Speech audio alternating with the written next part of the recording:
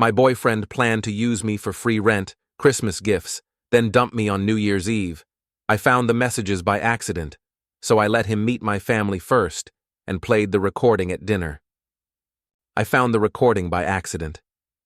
Stuart's phone buzzed on my kitchen counter while he showered, and I almost ignored it. Almost. The message preview made my stomach drop. "Dude, you still milking that cash cow?" From his college buddy, Marcus. I glanced toward the bathroom, water still running. My fingers trembled as I opened the thread. 9 months of free rent, bro. Plus she bought my Christmas presents already. Stuart's response, sent just hours ago while I worked late. Planning to dump her New Year's Eve. Clean break after the holidays. Marcus. Savage. What about her family dinner thing? Perfect finale. Free meal, then ghost. She's so pathetic, probably won't even see it coming. The shower stopped. I screenshot everything, deleted the evidence from his recent messages, and set his phone exactly where I'd found it. My hands moved on autopilot while my mind reeled. 9 months. Every rent payment, every grocery run, every small gift I'd bought him thinking I was building something real. He'd been counting down to my expiration date. Stuart emerged in a towel, hair dripping. "Hey babe, what's for dinner?" I smiled. "I was thinking pasta. Your favorite." He kissed my forehead like I was a pet. "You're the best. What would I do without you?" "Soon, you'll find out." That night, I lay awake planning while he slept beside me, one arm thrown possessively across my waist. He'd called me pathetic, said I wouldn't see it coming. Wrong on both counts. I became a detective overnight. Every coffee date, every dinner, every casual conversation became an opportunity to gather ammunition. The bank statements told the clearest story. 9 months of his half of rent, utilities, groceries, all paid by me. The total made me nauseous. I printed everything, organized it in a folder marked Personal Finance Review. Stuart lounged on my couch, feet up on my coffee table, scrolling through job listings he'd never actually applied to. "Babe, can you grab me a beer?" "Of course." I handed him the bottle and sat beside him, close enough to see his screen. More dating apps than job sites. "Any luck today?" I asked sweetly. "Market's tough. Might take a break until after New Year's." He squeezed my thigh. "Good thing I have you taking care of me." The receipt from last week's shopping trip crinkled in my back pocket. Groceries, his favorite beer, the expensive cologne he'd hinted about wanting. I'd kept every slip of paper, every credit card statement, a paper trail of my own stupidity. But stupidity could be weaponized. His phone buzzed. Another message from Marcus. Stuart angled the screen away from me, but I'd already set up the backup plan. The cloud sync I'd activated on his device would send everything to my secure folder. "Work stuff?" I asked innocently. "Yeah, boring client things." He kissed my temple. "You don't need to worry about it." I smiled and nodded, already mentally adding this lie to my growing list. 3 days until Christmas. 3 days to perfect my performance. "We should get something nice for your mom," Stuart said, steering the shopping cart toward the jewelry section. "Maybe earrings?" I wanted to laugh. He'd never met my mother, had declined every invitation to family events for 9 months. Now, 3 days before Christmas, he was suddenly invested in impressing her. "She'd love that," I said, calculating the cost. $200 for earrings he'd take credit for giving. "Very thoughtful of you." He beamed, completely missing my sarcasm. We moved through the store like a normal couple, his hand on my back, guiding me toward expensive items he'd never pay for. "Oh, and something for your dad, too. Maybe a nice bottle of scotch?"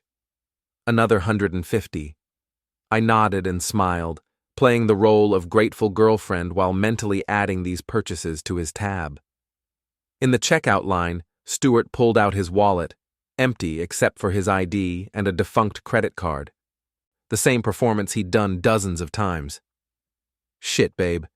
I think I left my good card at home. Can you cover this? I'll pay you back.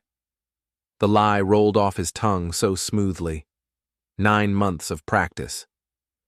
No problem, I said, handing over my credit card. The cashier smiled at us, probably thinking what a sweet couple we made.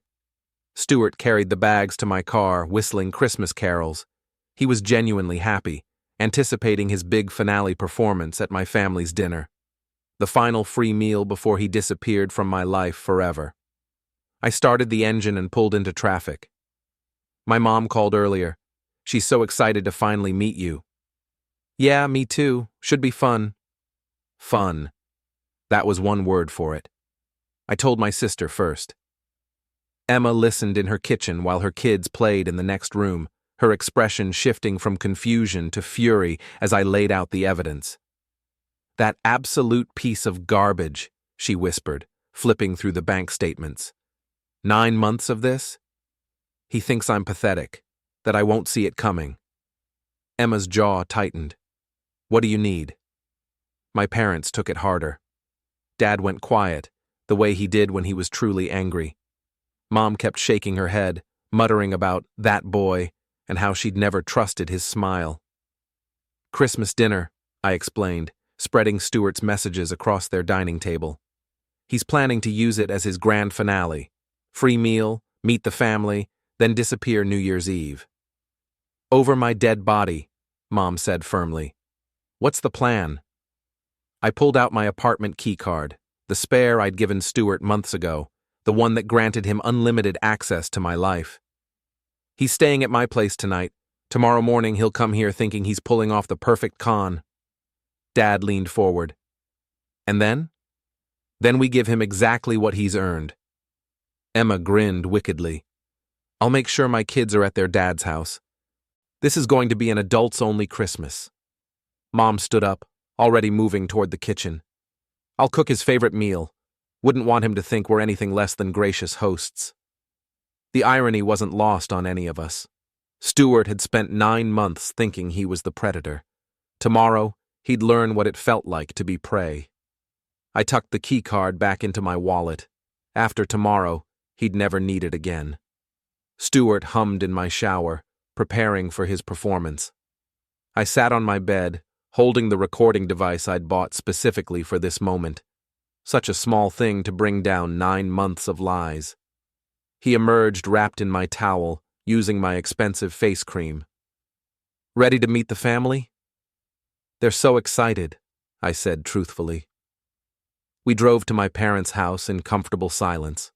Stuart practiced his charming smile in the passenger mirror, completely unaware he was driving toward his own execution. Mom answered the door with her biggest smile. Stuart, finally, come in, come in. We've heard so much about you. Dad shook his hand firmly. Good to meet you, son. Hope you're hungry. Stuart lit up, basking in their warmth. He had no idea they knew exactly who he was and what he'd done. Dinner was perfect. Mom had cooked every one of his favorites, information I'd gathered over months of his casual mentions. Stuart ate enthusiastically, telling stories and jokes, playing the devoted boyfriend role flawlessly. This is incredible, Mrs. Patterson. I can see where she gets her amazing cooking skills. I'd never cooked him a single elaborate meal. Takeout and simple pasta were my usual offerings, which he'd never complained about because free food was free food. Emma arrived as we finished dessert, her smile sharp as a knife. Sorry I'm late. Traffic was murder. Stuart stood to hug her, ever the gentleman. No worries. Great to finally meet you. Oh, I feel like I know you already. Emma's eyes glittered dangerously. She tells me everything. I reached into my purse and activated the device. Time for the finale. Actually, Stuart, there's something we wanted to share with you. I stood up, pulling out my phone. A Christmas surprise. His face brightened with anticipation, probably expecting some expensive gift he hadn't paid for. I pressed play on the recording. His voice filled the room, crystal clear. 9 months of free rent, bro. Plus she bought my Christmas presents already, planning to dump her New Year's Eve. The color drained from Stuart's face. He looked around the table at my family's stone-cold expressions, finally understanding he'd walked into a trap. "Babe, I can explain. She's so pathetic. Probably won't even see it coming." I let his own words cut him off. Mom set down her coffee cup with deliberate precision. "Well, that was illuminating." Dad leaned back in his chair. "Son, I think you should leave. Now." Stuart's charm crumbled completely. He turned to me with desperate eyes. "You don't understand the context. Marcus was just joking around. I never meant—" "The bank statements disagree." I pulled out the folder, spreading receipts across the table like tarot cards predicting his doom. 9 months, rent, groceries, utilities, gifts. Want to see the total? Emma whistled low. "Impressive numbers. You really committed to the long con." "This is insane," Stuart sputtered, standing abruptly. "You're all insane. I'm out of here." "Don't forget your Christmas presents," I said sweetly, holding up the gift bags from our shopping trip. "The ones you picked out for my family, with my money." He stared at the bags like they might explode. "Take them," Dad said quietly. "Consider them severance pay." Stuart grabbed the gifts and bolted for the door. We listened to his car peel out of the driveway. Mom started clearing dishes. "Well, that was satisfying. More coffee, anyone?" I changed the locks on New Year's Eve. The locksmith worked efficiently while I packed Stuart's remaining belongings, mostly clothes and a few books I'd bought him. Everything fit in 2 garbage bags. His key card sat on my kitchen counter, useless now. I'd kept it as a reminder that access to my life was a privilege, not a right. The bags went to Goodwill. I kept nothing. My phone buzzed constantly for the first week. Stuart's messages evolved from angry to pleading to threatening, then finally stopped. Marcus sent a few texts too, calling me psycho and worse. I blocked them both and bought a new phone number. Emma called on January 15th.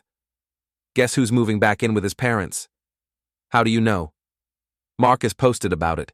Apparently Stuart's been telling people you're stalking him." She laughed. "The comments are brutal.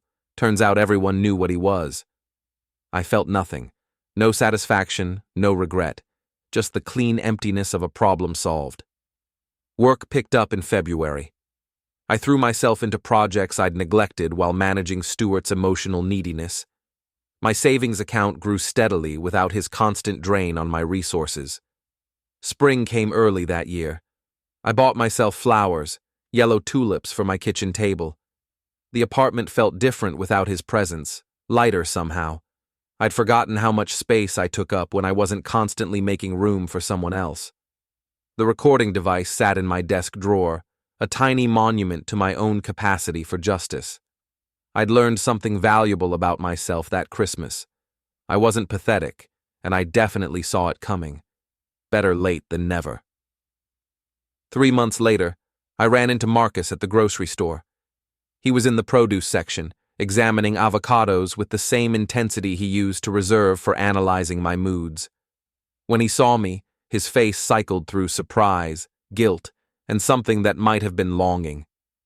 "Sarah," he said, setting down a particularly bruised avocado, "you look good."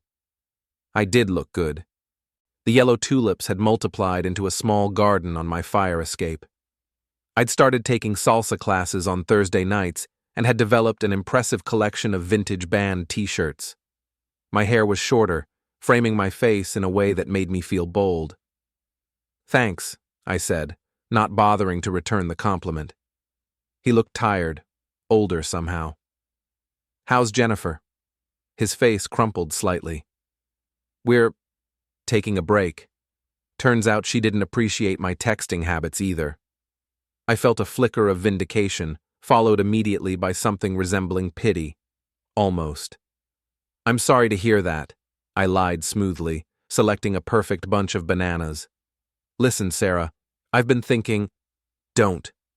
The word came out sharper than I intended, but I didn't soften it. "Whatever you're about to say, just don't." He opened his mouth to protest, but I was already walking away, my cartwheels squeaking a cheerful rhythm against the linoleum. At the checkout line, I bought myself another bouquet of flowers, pink peonies this time, extravagant and unapologetic.